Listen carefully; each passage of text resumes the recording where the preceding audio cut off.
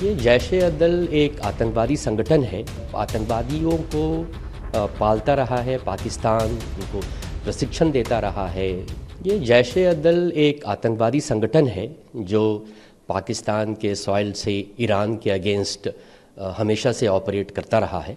Iran ने 2012-13 में भी इनके ठिकानों पे अटैक किया था और अभी 10 दिन पहले, आपको अगर याद होगा तो, इसी संगठन ने ईरान के 10 जवानों को मौत के घाट उतार दिया था। तो ईरान के पास अपने सॉवरेंटी को, अपने सिटीजन्स को, अपने फ़ौज को सुरक्षित रखने के अधिकार हैं और उसी अधिकार का उपयोग करते हुए उन्होंने कल रात को पाकिस्तान के बलूचिस्तान प्रोविंस में उन ठिकानों को जहां ये जैश-ए-दल के आतंकवादी छिपे थे या उनके घर थे, उस पर अटैक हुआ है।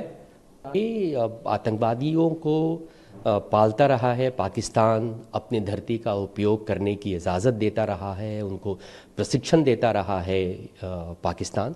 ये होना ही था एक दिन। पहले भी अमेरिका ने जब उस पर अटैक किया था, उन्होंने डिनाई करते रह गए कि हमारे यहाँ ओसामा बिन लादेन नहीं है। अंतिम ओसामा बिन लादेन एबोटाबाद में मिले।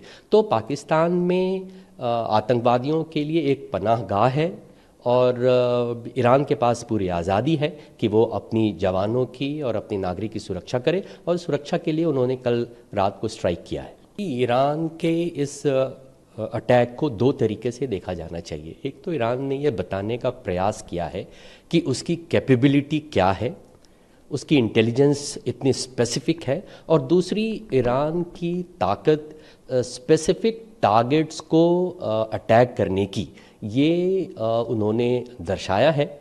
और पाकिस्तानी को ये समझना चाहिए कि अगर वो आतंकवादियों का समर्थन करते रहेंगे, अपनी धरती का इस्तेमाल आतंकवादी गतिविधियों के लिए दूसरे देश में अटैक लॉन्च करने के लिए अगर इस्तेमाल करने की इजाज़त देते रहेंगे, तो उनको इनका खामियाजा भुगतना पड़ेगा। कल पाकिस्तान के जो केयर टेकर प्राइम मिनिस्टर हैं, वो ईरान के विदेश मंत्री से स्विट्ज़रलैंड में मिल रहे थे जिस समय ये अटैक हुआ। क्या पाकिस्तान के केयर टेकर जो प्राइम मिनिस्टर हैं उनको इस बात की जानकारी नहीं थी, या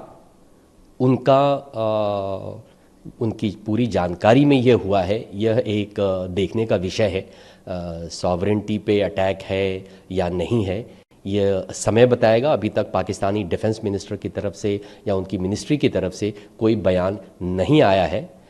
उनकी जो एंटी मिसाइल डिफेंस सिस्टम है वो क्या कर रही थी, पाकिस्तानी मिलिट्री को इतना समय क्यों लगा, अभी तक उन्होंने कोई स्टेटमेंट नहीं दिया है। तो ये एक बहुत ही हम सब देख रहे हैं इस बात को, देखते हैं क्या होता है आगे।